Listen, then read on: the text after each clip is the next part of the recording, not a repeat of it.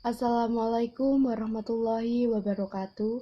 Perkenalkan, nama saya Anis Mahmuda, nomor absen 5 dari kelas 12 IPA 6. Di sini saya akan mempresentasikan mengenai hakikat negara kesatuan Republik Indonesia.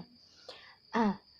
Hakikat negara kesatuan Republik Indonesia. Bangsa Indonesia dikenal sebagai bangsa majemuk.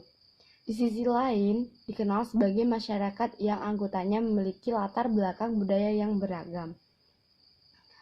Konsep negara kesatuan ada beberapa ahli yang mendefinisikan negara, antara lain 1.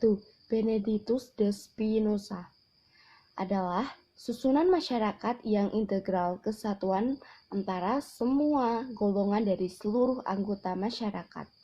2. Harold Jelaski adalah masyarakat memiliki wewenang yang bersifat memaksa lebih agung daripada individu atau kelompok merupakan bagian dari masyarakat. 3. D.R.W.L.G.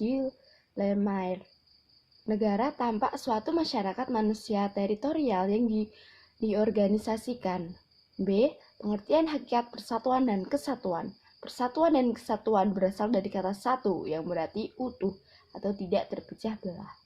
Persatuan atau kesatuan mengandung arti bersatunya macam-macam corak yang beraneka ragam menjadi satu kebulatan yang utuh dan serasi.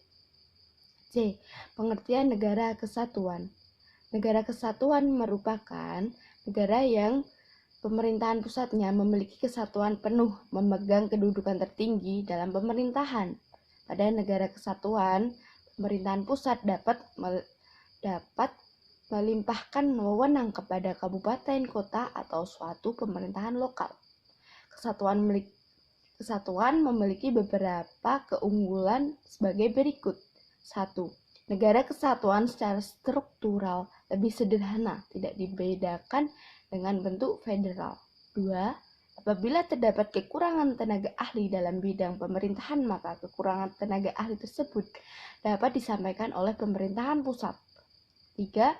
Relatif lebih stabil untuk mengurangi kecemburuan kemajuan antar daerah karena bagi daerah yang kurang maju dapat dimintakan anggaran dari pusat. Dan subsidi-subsidi lainnya. Secara umum, bentuk negara kesatuan memiliki ciri-ciri sebagai berikut. A. Kedaulatan negara mencakup ke dalam dan keluar yang ditangani oleh pemerintahan pusat. B. Negara hanya memiliki satu undang-undang dasar atau satu kepala negara dan satu dewan perwakilan rakyat. C. Hanya ada satu kebijakan yang menyangkut personal, politik, ekonomi, sosial, budaya, serta pertahanan dan keamanan. D. Sejarah lahirnya Negara Kesatuan Republik Indonesia.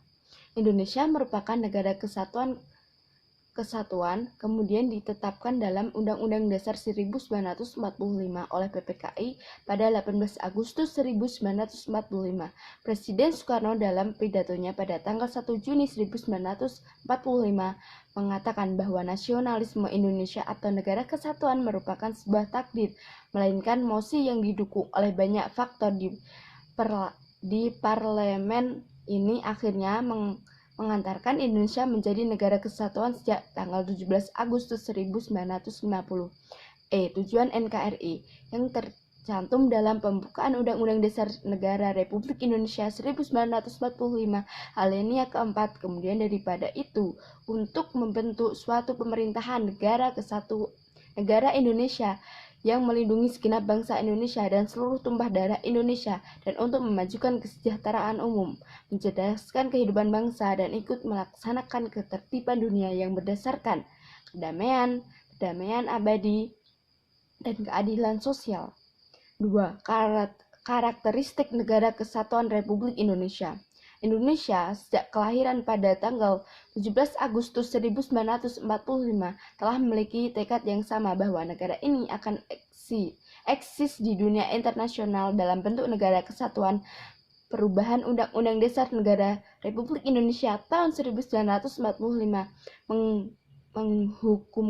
menghukumkan kebenaran Indonesia sebagai negara kesatuan dan menghilangkan keraguan terhadap pecahnya Negara Kesatuan Republik Indonesia. Meskipun wilayah Indonesia terdiri atas ribuan pulau, tetapi semua terkait dalam suatu kesatuan negara, yaitu Negara Kesatuan Republik Indonesia (NKRI).